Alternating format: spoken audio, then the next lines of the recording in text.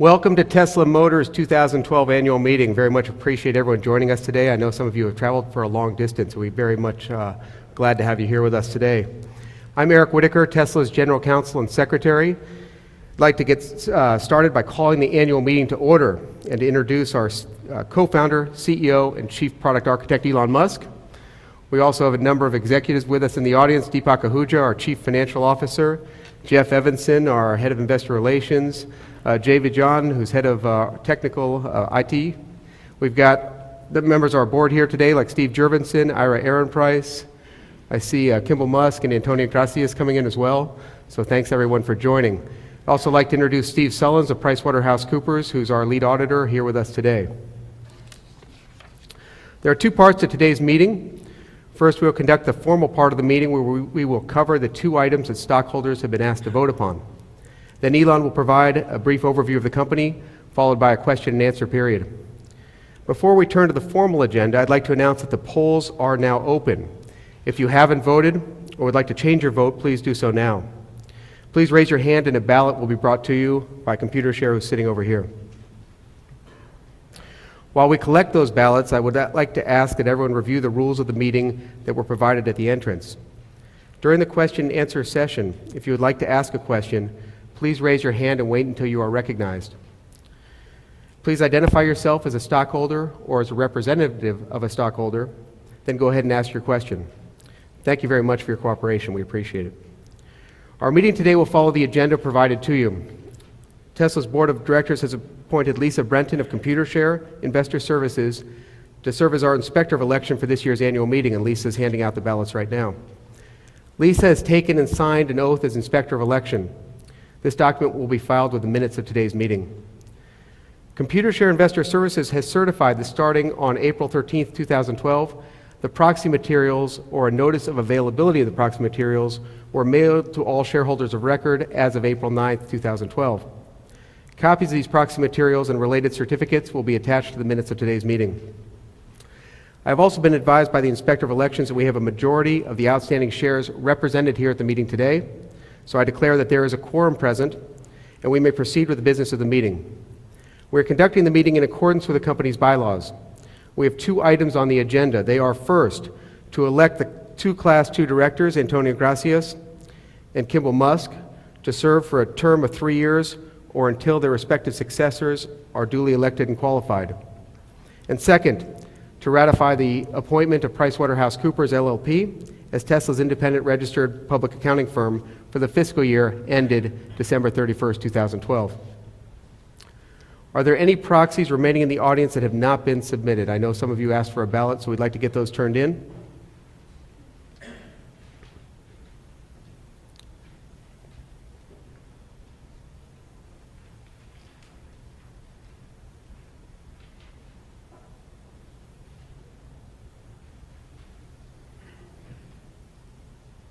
All the ballots have been turned in. Are there any others? One more here and over there.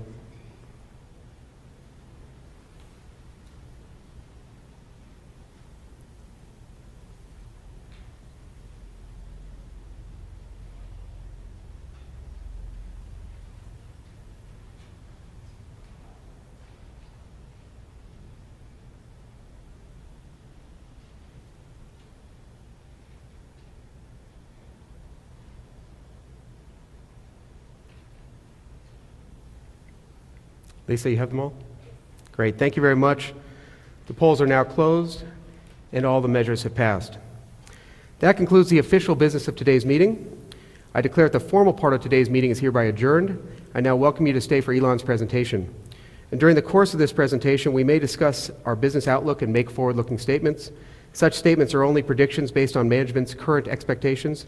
Actual events or results could differ materially due to a number of risks and uncertainties, including those mentioned in our most recent 10-Q filed with the SEC. Such forward-looking statements represent our views only as of today and should not be relied upon after today. We also disclaim any obligation to update these forward-looking statements. And with that, I give you what you've all really been waiting for, Mr. Elon Musk.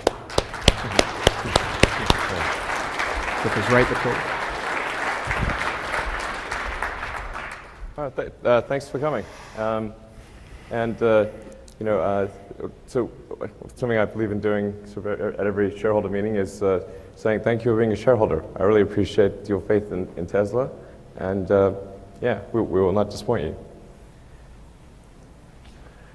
So we're really excited to announce that we've delivered the first 2 production cars. The first to Steve Jurvetson, who's sitting right there, and his car is outside, and then my car on Saturday. So Steve got his on Friday, and I got mine on Saturday, which essentially means we've satisfied all of the regulatory requirements, and the car is completely able to be sold as a normal production car. The reason the first 2 cars are going to Steve and myself is so that we can spend a few weeks just going through the cars in detail and experiencing any tiny issues ourselves before regular customers experience them. I think it's really important to thoroughly test your own product and be extremely tough on it before giving it to general customers. So I actually spent most of Saturday and Sunday just with the Tesla team going over every detail of the product, going through the interior, exterior, everything, and most of the issues, I mean, there were hundreds of issues identified, but and most of these, I think hardly anyone would notice, but we want to have a product that even if you were a complete perfectionist and you were looking in all sorts of places that people never really look, that it's right. It's in those places too, that there's not some little corner or little tucked away place that isn't right. You want every aspect that car to be as perfect as possible. So things have gone really well on achieving the benchmarks that we were looking for. So in terms of safety, our goal was to achieve a 5-star crash rating, which we believe we've done. In fact, if there were a 6th star, I think we would get a 6th star. It doesn't, we kind of saturated on the ratings, and the reason for that is if you break down crashes into different categories, you have a front crash, which is responsible for a supermajority of all fatal collisions are frontal impacts. We have a real advantage because we don't have this huge steel engine block in the front. As a result, we have a much longer crumple zone. So it's a crumple zone that's 2 to 3 times longer than it would be in a normal sedan. Because sometimes people think, oh, I've got this big engine in front of me, and that's protecting me. Well, not really, because in a really high-speed impact, you've got to have a certain compression, and you at some point that engine is going to go through your chest. So that's not good. So by having that longer distance is really important for high-speed impacts. It's perhaps not well appreciated, but it's really important. It's like if you were to jump out of a 5-story window, do you want to jump into a shallow pool or a deep one? That's basically what it amounts to. And for most cars, it's like jumping into a kiddie pool, but in our case, it's much deeper.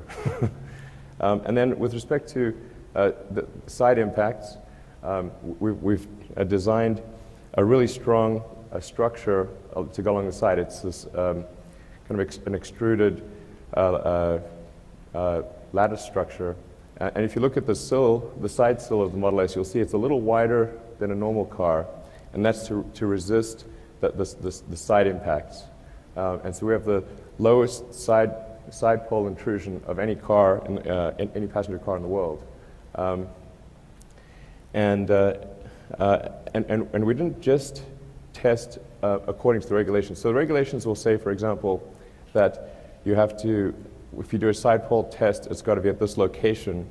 But the problem is that allows companies to game the system and say, okay, we're going to strengthen it just at that location. So we did those tests, but then we said, okay, what is the weakest location? And let's do the side pole crash at that location and make sure that is good too. So something really good on side pole. And then for rear collisions, because we have a third row seat, I want to be really careful about that. And also I'll have my kids in there, my friends' kids will be in there. And the regulations around rear collisions are really quite low.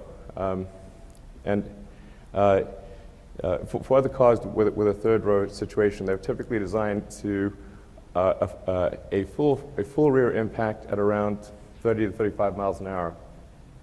And we actually are designing to an impact at over 50 miles an hour, sort of highway speed, and being able to absorb that impact on only half of the car. Because you can imagine yourself, if you're sort of stuck on the side of a highway or something and a car hits, it's not going to hit you full on, it's going to hit you on half of the rear, and you want to be able to resist that impact and drive into the crumple zone of the impacting car, to ensure that if there's anyone in the third row or in the second row, that they are protected as much as possible. And so we did all those tests effectively at a crash energy level about 4 or 5 times greater than what the regulations allow, which is quite a tricky thing to do, but we're able to get that done. And then the roll cage of the car is also designed to be able to handle about 4 times the mass of the car if you roll over. So the car can really just tumble, and you don't get a collapse of the roof structure. And that really encompasses the safety side of things. I apologize if that was a little bit laborious, but I thought it was worth making that explanation because if you look at one car to the next, you can't really tell. It's not super obvious that one is better, but this is really, I think, by far the safest car on the road. And then in terms of reliability, we're doing extensive testing where we're before the significant customers have the car, we've put millions of miles on the car effectively with accelerated life testing. We've got what we call all these shake and bake systems where the car is literally being shaken heavily, and it's in a chamber that is being cycled to extremely low temperatures and high temperatures. It's going through salt fog. It's going through really everything to make sure that under any circumstances, the worst situations you can imagine, the car never lets you down.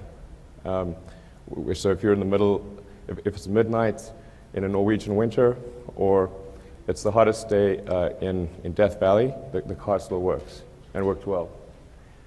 And then obviously we want it to be beautiful, and that speaks for itself. And we're going to continue to tweak small elements of the aesthetics because although it's a great car, we want it to be as perfect as possible, so we're going to continue to refine just little elements here and there.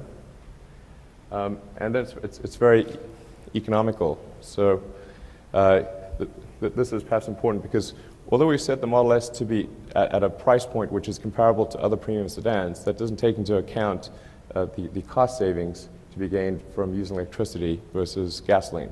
So the Model S costs about 1/10 as much to run as if you bought gasoline, roughly on that order. Anyway, I'll move on a little bit.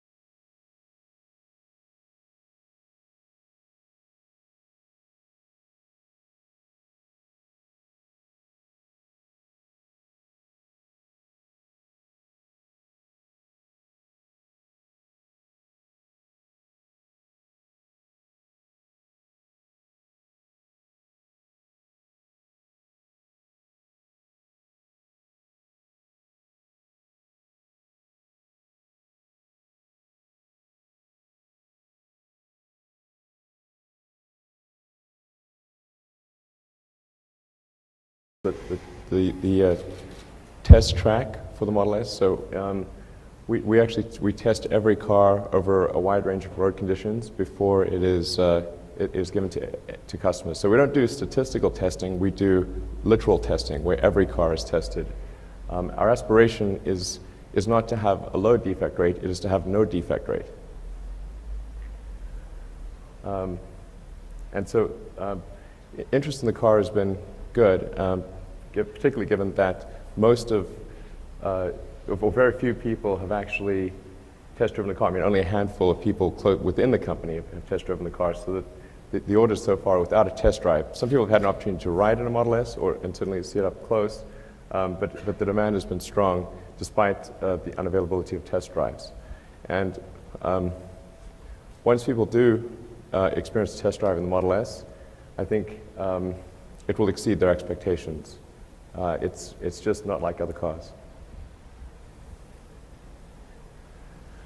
Steve getting his car.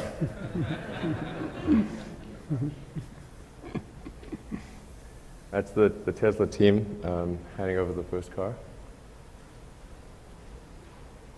And there's me.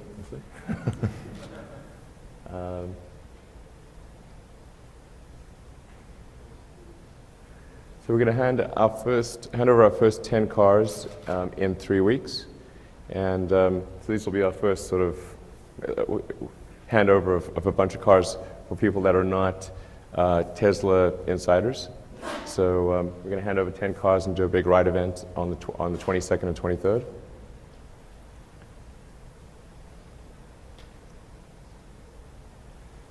I'm really excited about how our stores are going. We keep evolving the store design and technology. So there's effectively like a new store version that keeps getting iterated and upgraded, led by George Blankenship. I think he's doing a really great job on revolutionizing the auto buying and ownership experience.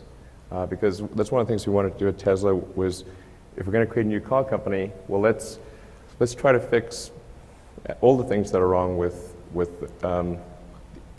buying and owning a car. And one of the things that's wrong with buying and owning a car is that the experience of learning about a car and acquiring it and owning it is usually not a positive one.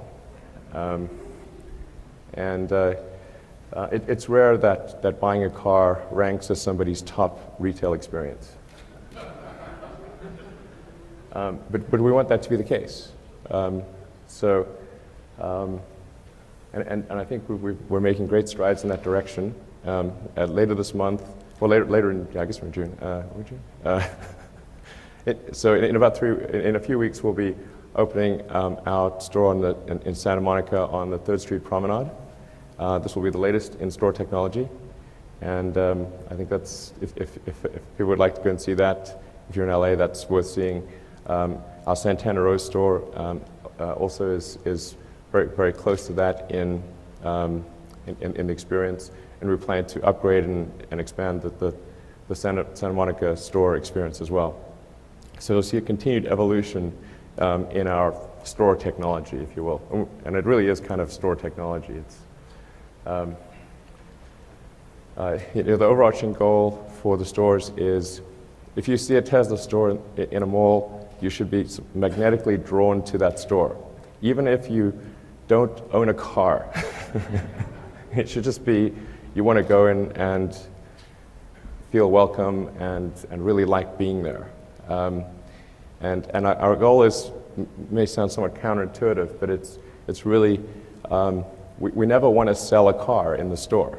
It sounds like, well, why would you not want to do that? Well, because like if you're being sold something, it's like somebody's, I don't know, to me it feels like somebody's pulling the wool over your eyes. It's sort of, you want to learn about something. You want to experience something, but you don't want to be sold. And that's the best way to want to own a product. And if somebody knows that going into a Tesla store, they're not going to be hounded and it's going to be a pleasant experience, you're not going to have any compunction about going in. So that's the goal there.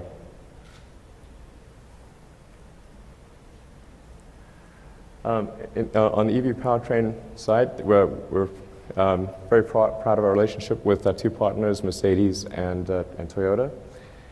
We announced about a month or so ago that we'll be doing a full powertrain deal with Mercedes. So we'll be doing a battery pack, motor, transmission, inverter, and everything for Mercedes. And this is going to be at a reasonably high volume level. So this is a sort of a real production program as opposed to prior programs which have been sort of more demonstration and proof of concept. So this is really kind of expanding to more of a mainstream situation with the Mercedes deal. And then Toyota with the RAV4, that's just about to come out.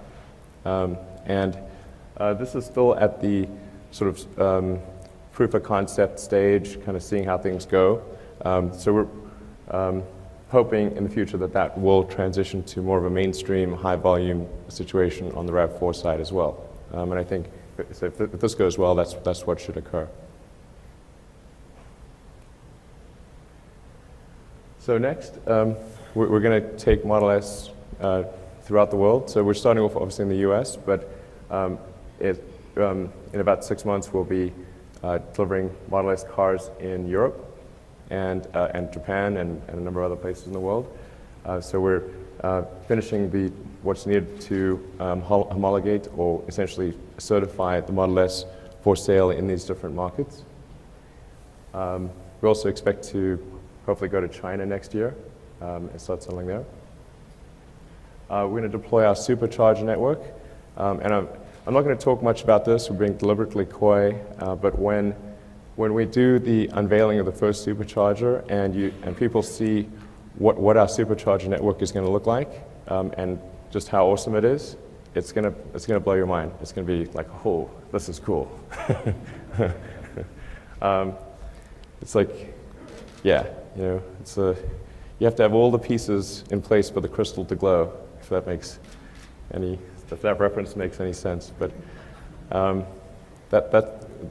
the light bulb, when people see the supercharger system unveiled and everything we're going to do there, it'll finally make sense to a lot of people.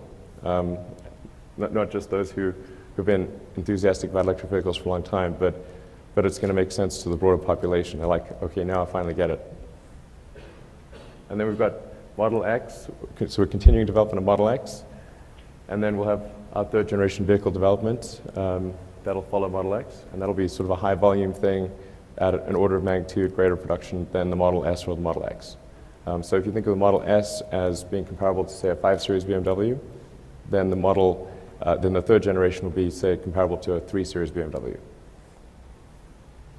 And of course, next year, profitability and positive cash flow. That'd be nice.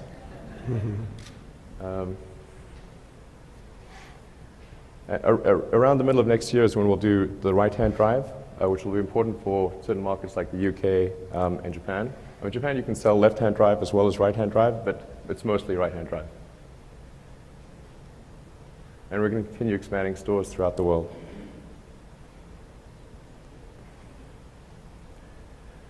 So with the Model X, which obviously we unveiled earlier this year, our goal was to really be as innovative as possible on the SUV and minivan, addressing the SUV and minivan market. So I think the Model S, the Model S has so much functionality, it has so much cargo space, it has the ability to carry 5 adults and 2 kids, that in effect the Model S spans both the sedan market and part of the SUV market.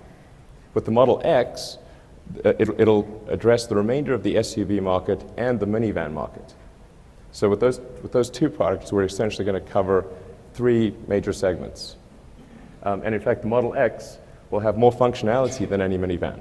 A bigger door opening, more usable cargo space, and all in a form factor that is about the same wheelbase, but actually slightly shorter than an Audi Q7. So we haven't achieved that functionality just by making a super huge car. I think one of the signs of good design of a car is that it's bigger on the inside than it looks on the outside. Conversely, a sign of bad design would be it's a huge car, but its utility on the inside is limited. And it'll be the first dual motor all-wheel drive where it's got a motor in the front and a motor in the back.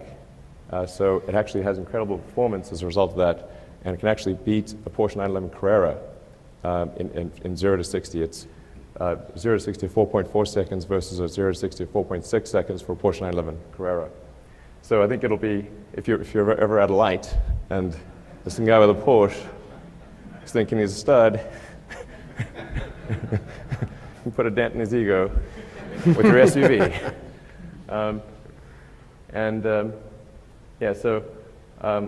I really love the dual motor thing, and it's also, as a result of having a motor in the front and motor in the back, we can dynamically adjust torque within milliseconds to effectively get the best road holding of any all-wheel drive ever. So this is simply in a different league in terms of road holding capability relative to other all-wheel drive vehicles, which are simply mechanically connected, and you don't have the reaction time. Well, first of all, it's just a dumb mechanical connection, so it's not smart like this would be, and you can't do that fast adjustment front to rear, and then just intrinsically an electric motor is much more precise than a gasoline engine.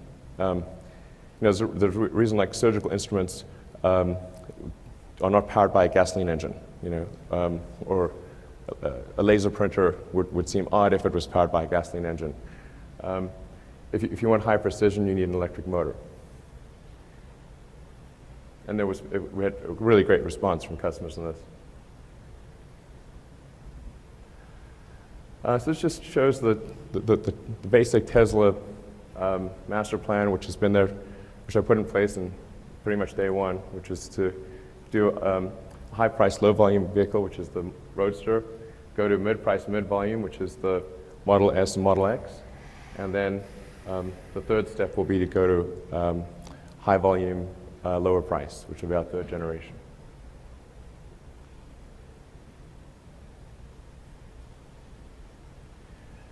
So this year we expect to do a little over 5,000 units. Obviously a very tiny market share.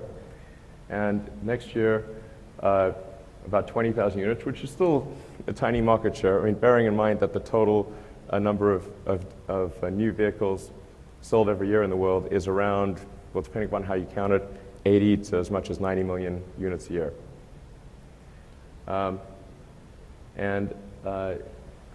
And then in 2014, I will have the X out as well. It's still, and when those percentages are just as a percentage of the premium market. So still a small percentage, a lot of room, and a lot of opportunity for growth in the future.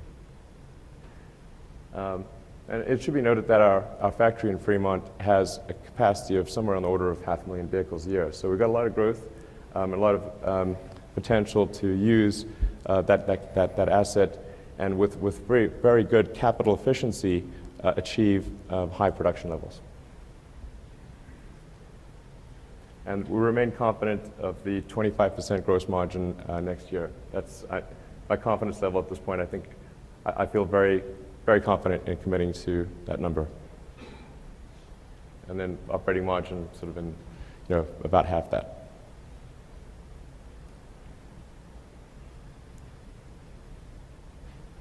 All right, so just any Q&A?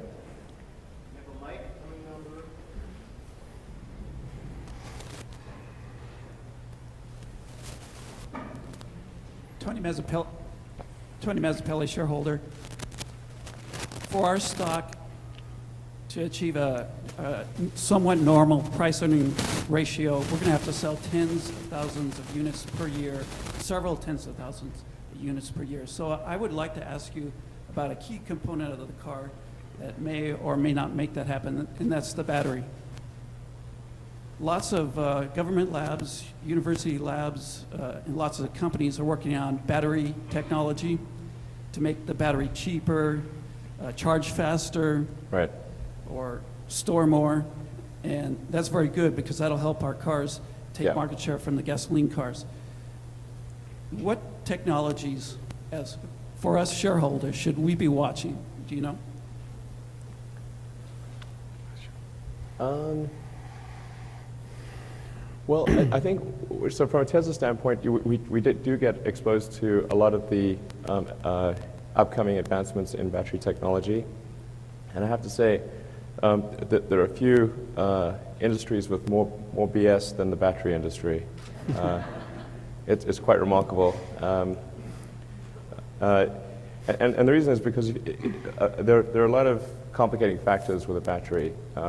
There's the gravimetric and volumetric energy density, there's the cost per kilowatt hour, there's the cycle life, there's the calendar life, there's safety, and sometimes you'll see an announcement that sounds really great, and it's an improvement in one area, but it really shortchanges the other areas, and they forget to mention that in the article.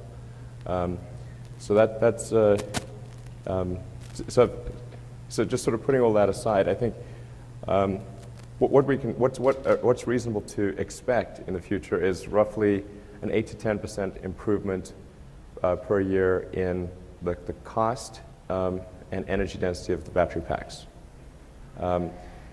And most of the time, it's not some hugely revolutionary change. It's an improvement in the anode, cathode, separator, electrolytes.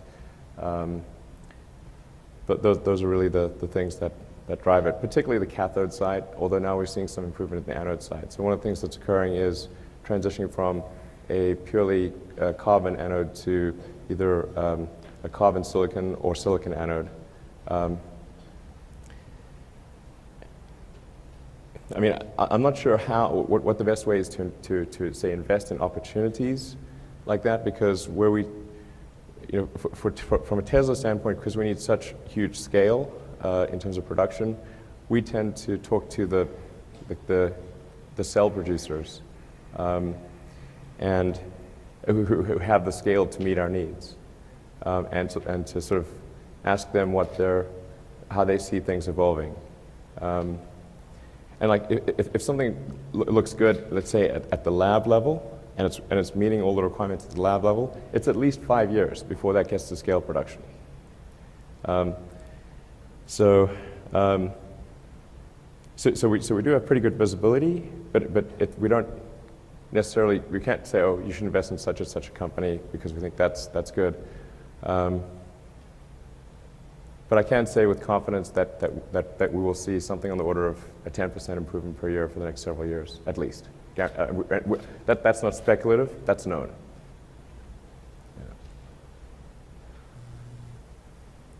Good morning, Steve Goldsmith. I have 2 or 3 questions. One, for the buyer, what support will they get in a home charger system? And what connection to solar panel home production to really wipe out the cost, and any connection to SpaceX companies?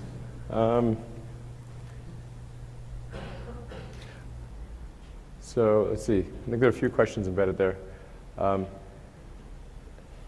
am a big fan of solar power, obviously, because chairman of Solar City, he helped create the company. And I think Solar City is doing an awesome job. I'm not sure most people are aware of this, but Solar City is the largest provider of solar power in the country, and continuing to grow at a really good clip. And I really believe that solar will be the single biggest source of electricity production in the world, certainly by the midpoint of the century, and maybe even sooner. And I recommend getting solar power installed in your house. In most cases, installing solar power can be done with no money down, and it will result in a reduction in your electricity costs. So it's kind of a no-brainer. It's like, if you have a house that could work for solar at all, you should get solar. It'll cost you less, and you'll be doing good for the environment.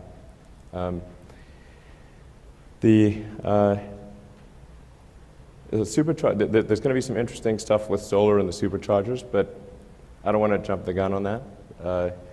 But that's going to be exciting to see. Because I think solar really helps short circuit this idea that electric cars are just gasoline cars with a long tailpipe. You know, that sure it's uses electricity, but isn't that electricity produced by coal, and haven't we therefore not solved the problem but moved it somewhere else? It's like, no, we have to solve sustainable power generation as well. Solar is the best way to do that, in my opinion. And so if we have sustainable power generation and sustainable power consumption, then we really have solved the problem. And that's something we want to make clear, and I think the supercharger system will help illustrate that.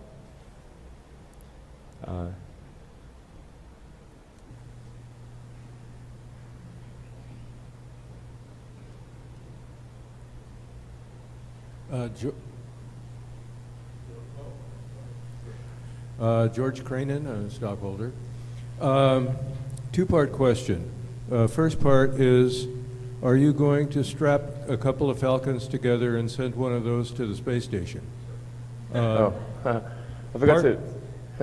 And part two, a recent op-ed piece in Automotive News held a position that increasing CAFE standards are discouraging mainline auto manufacturers from investing in electric powertrains because the technology payback is in improving internal combustion.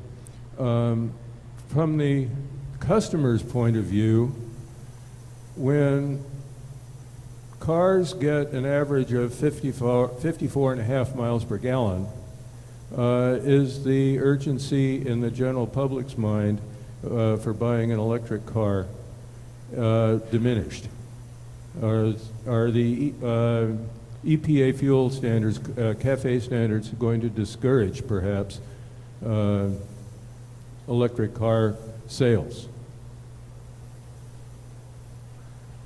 No, I think improving the requirements, the average corporate average fuel economy for car makers actually does help send them in the direction of sustainable transport. I think it's actually okay if what they do as a large part of that solution is improve the efficiency of the gasoline-powered cars.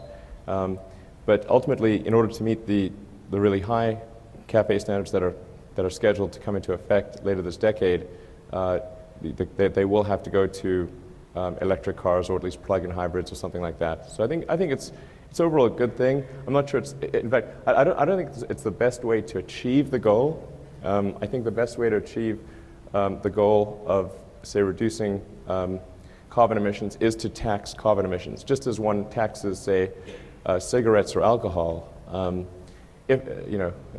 really feel quite strongly that if we are to, since the federal government needs to raise taxes, it makes sense to weight those taxes on what likely is bad for us versus stuff that's good. Like, it would be silly to, in food, to have really high taxes on bread and none on cigarettes. That would be like, people are like, oh, that would be dumb. Well, that's how it is with fuel. We have really low taxes on the stuff that's bad for us, which is like coal and oil and all that. And then we've got in fact, we have negative taxes on those. I should point out the level of subsidies and tax breaks that exist for oil, gas, and coal are enormous. In fact, just mind-bogglingly huge. So it's not just that there's not tax in it, there's a negative tax. There's a subsidy, effectively. And that makes it harder for the sustainable stuff to compete. And there are some subsidies on the sustainable stuff, but it's nothing compared to the gargantuan ones that are there for oil, gas, and coal, and that have been there for a long time, unfortunately. So anyway, I really think there ought to be a tax according to that which is going to harm us. And in fact, I mean, there really are a lot of parallels between smoking, how smoking was perceived, say, 40 or 50 years ago, where you actually had these ads where they were claiming that cigarettes were good for your health, and like pregnant women in ads and things like that. And then all these scientists were saying, well, we think there may be a link between lung cancer and smoking. And then there would be all these counter studies funded by the tobacco companies that curiously found that there was no link. And then over time, that evidence mounted more and more, and eventually it became overwhelmingly obvious that smoking is bad for your health. And yet, what we're doing here with carbon emissions from oil, coal, and gas is we're smoking the planet. So it doesn't seem we've learned our lesson there. Hi, Doug McKenzie, a shareholder. And first, just congratulations on the amazing things that you've done with Tesla and with SpaceX. Just amazing. So thank you. I think last year you mentioned how there was a swap out of the battery in the Model S, and that could be done, I've been telling people, I think I heard this in under a minute, potentially. So could you comment about that and whether that looks like something that still has potential and when that might happen? Yeah. So in terms of the Model S, I intentionally architected the Model S to have a battery pack in the floor pan that can be swapped out in under a minute. And I think we're going to show something interesting in that regard. So yeah, got to keep a few cards, in the vest there. But I think there'll be something exciting to see in that regard. Yeah. Sure. Yeah. Go ahead. Jeff's got the microphone here. Oh, sorry. Yeah. Yeah, so, well, first, congratulations on getting the Model S out the door a month early. That's an incredible achievement. I'm very excited to drive a Model S. I'm equally excited for the Model S to drive me. What are your thoughts on a self-driving Tesla? So I think the whole self-driving thing is pretty cool, and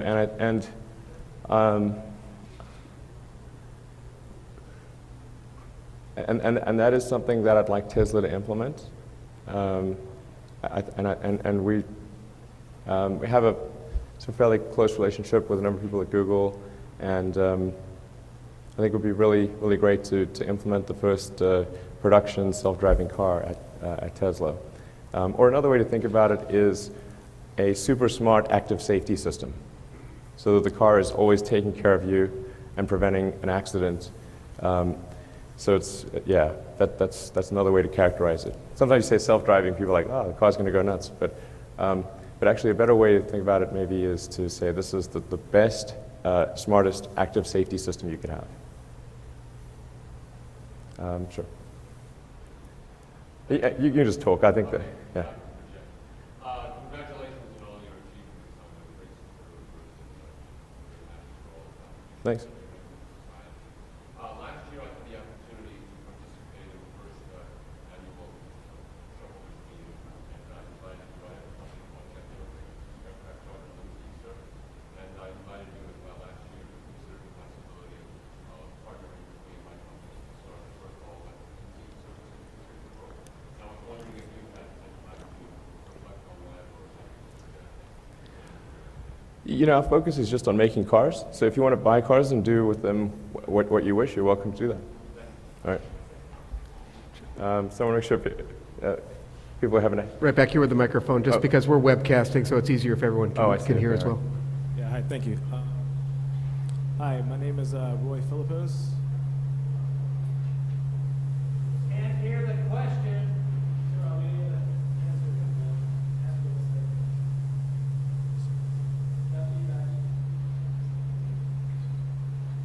Is it a mic drop?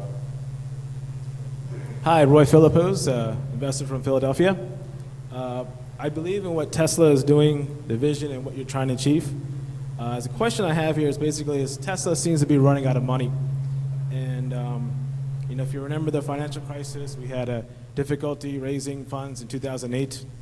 And as you know, there's a lot of concerned shareholders out there that we have a significant short position, and as well as, maybe they know something that we don't know. We're basically regarding profitability. It seems that Tesla, can you assure Tesla is going to have be 100% sure you're going to sell 20,000 cars by next year? Because it seems like the evidence seems otherwise. Thank you. I could not hear the question. Okay. Elon, it's where we are in cash, and can we really achieve the 20,000 unit sales next year? Yeah, I absolutely feel highly confident we'll achieve 20,000 units next year, in excess of that. But what happens when it doesn't happen? You know, when maybe you only sell 10,000, then if you only sell 10,000, then I mean, our break-even point is probably around 8,000. you'll be able to be cash flow positive with that number, Yeah, around that, yeah. about 8,000? Probably something in that order, yeah. Okay, thank you. Yeah. And I mean, obviously, we've got over 10,000 orders, so I think we're safe in that regard. Thank you. Is it work? Is it working? Hello. I'm Eric DiCarotto. I'm a shareholder. With your talk about rethinking the entire version of the car company, I know that you said you're building the car to be of extreme high quality, but eventually with cars and the life of the car, things do end up going wrong. And I know that right now you're handling service on a very personal relationship basis, you know, with a team coming over and helping to fix the car. But what happens with Gen 3, with past that, when you have, you know, 50, 100,000 cars that all have all these different problems, people are getting in accidents and stuff. How do you plan on rethinking or scaling the service of the entire car company at that point? So our approach to service is that we want to have regional service centers that would cover a metropolitan area, or in some cases for a really big metropolitan area, like say the Bay Area, we might have 3 or 4 service stations. But the general approach is, the theory with service is I want it to be what I call like invisible love. So the best kind of service is, first of all, for your car not to be serviced. So our goal is to absolutely minimize the service needs of the car in the first place. And in this, I think we have an advantage relative to traditional cars because a lot of the dealers make most of their money with servicing, so that I think the cars tend to be a little over-serviced. Yeah, so our goal is to make a car that's so reliable that it doesn't need to be serviced. And of course, all cars come with 4G connectivity, so we can do over-the-air updates of software like you're used to getting on a phone or a computer. And we can also do remote diagnostics. So if the car is reporting a problem, then with the user's permission, if you give us permission, we can look at the car and determine what's wrong and be able to pre-position any spare parts. So that, I mean, that's in the ideal scenario, like if the car does need to be serviced, what would be great is, like, let's say you took a car to work, you tell us the car is going to be at work at your office for the following period of time. We come pick up your car, bring it to our service center where the parts are pre-positioned to be replaced. We replace them, return the car before you need to go home for work. So it was invisible to you. And you will love that. That's how I call it invisible love. But that's I think the good way to do it. And that may sound, well, gee, isn't that expensive? No, it's not.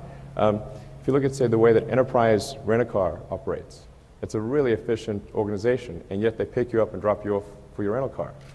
And that's a much better use of time to have someone valet the car than for you personally to pick up and drop off the car.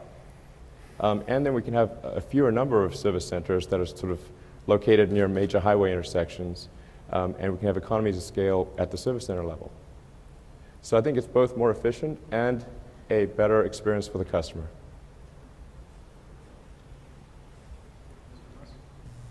The mic is on, right? Okay. My name is Russ Engel. I'm besides a shareholder, I'm a Model S. Is this mic working? Okay, there we go. All right, start over. My name is Russ Engel. Besides a shareholder, I'm a Model S and Model X reservationist. And my wife has been complaining about the time I spend on the Tesla Motors Club website since last summer when we reserved. We happen to own a small business in Fremont, California, of all places. My question is about leasing. Normally when we acquire vehicles, we lease them because it is more tax advantageous for our business. Right. And you need to move 20,000 vehicles next year. As you know, your competitors lease a large percentage of their vehicles. Sure. The question is, What are your plans in regards to leasing in the United States? I know you have it in Europe with Athlon. What are the plans for U.S. leasing? When do we see that? We will absolutely offer leasing for U.S. customers. It'll probably be starting next year. But I mean, we may be able to get something done this year, but it's not really necessary since we've got more than enough demand just from straight purchases to satisfy as many cars as we can make this year. But starting next year, we will offer leasing options, absolutely. Yeah, and I think actually leasing, we may see an even greater proportion of our cars being leased than normal gasoline cars, because the best way to really understand the operational cost advantage of an electric car is if you lease it. Because then you could see the lease cost plus your electricity cost and your servicing cost, and you're like, wow, it costs so much less to operate because electricity is so much more efficient, and your servicing is tiny. You don't have any oil changes or tune-ups or filter changes, and so you can look at your total monthly cost of operating a car, and then it's a much more obvious advantage relative to operating a gasoline car. And you can see the economic difference is quite substantial. So I actually think, as with solar, where the vast majority of solar projects that we do are leases, I think we may see a really high percentage of electric cars be leases because it so obviously illustrates the economic advantage. Jeff, we have time for 2 or 3 more questions. Anton Wallman, shareholder, right here in town. Quick question on the charging interface.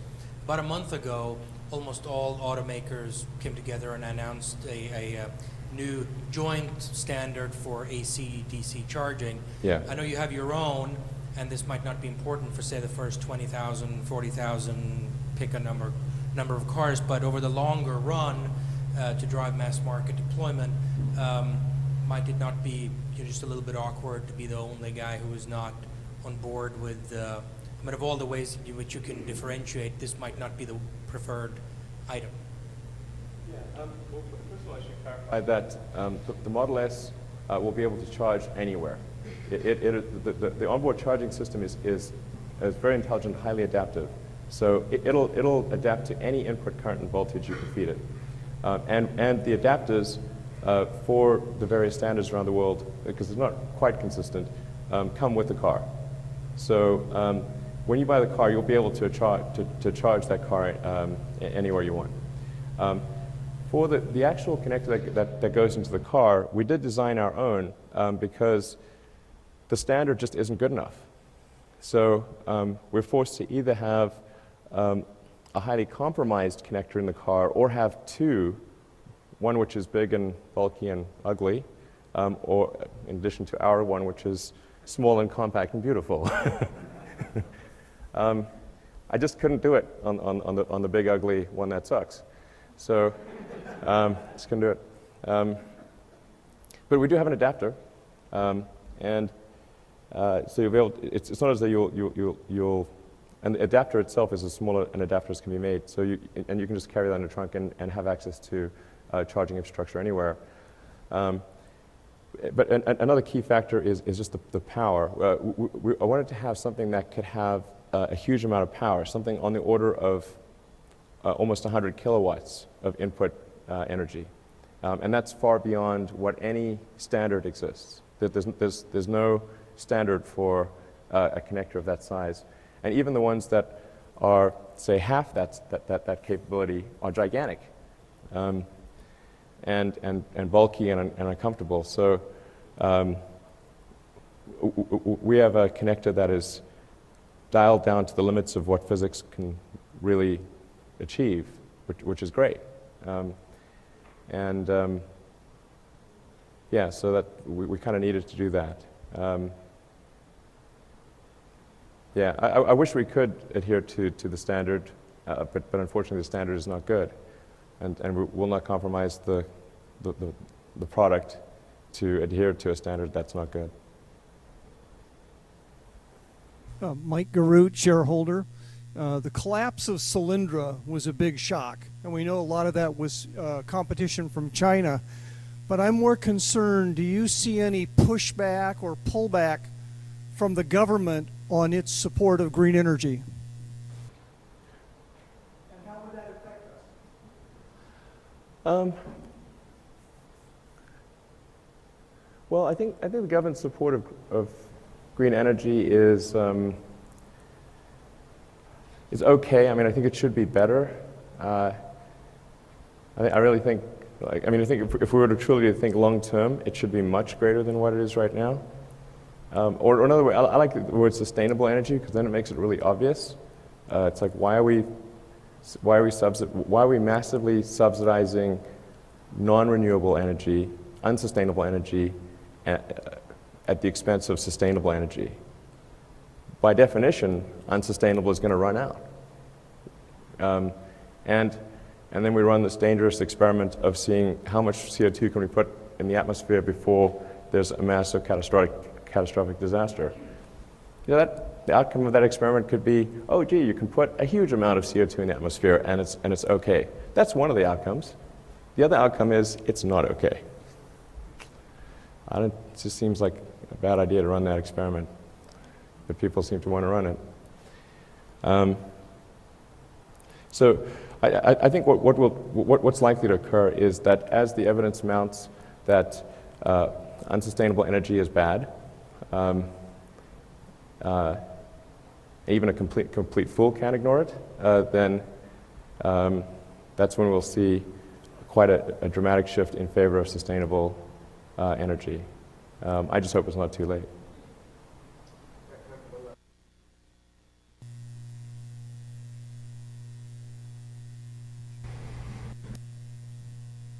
Hi. When people think of this company, they think of leading edge electric cars. But as you showed in the presentation briefly, there's another part of it, which is the manufacturing. And I am so happy that the U.S. still can make something that is not only competitive, but is leading edge. And I really think that should be emphasized more as much as the cars itself, because that's really important, not just for the company, but for the whole country. I'd also like to get a tour of the factory, too, if that's possible. We'll be having a bunch of factory tours, I think, on the 23rd, and actually at various points throughout the year, we'll be offering opportunities for customers to get test drives and tour the factory. Thank you, everyone, for coming. Thank you, Elon. All right, thanks.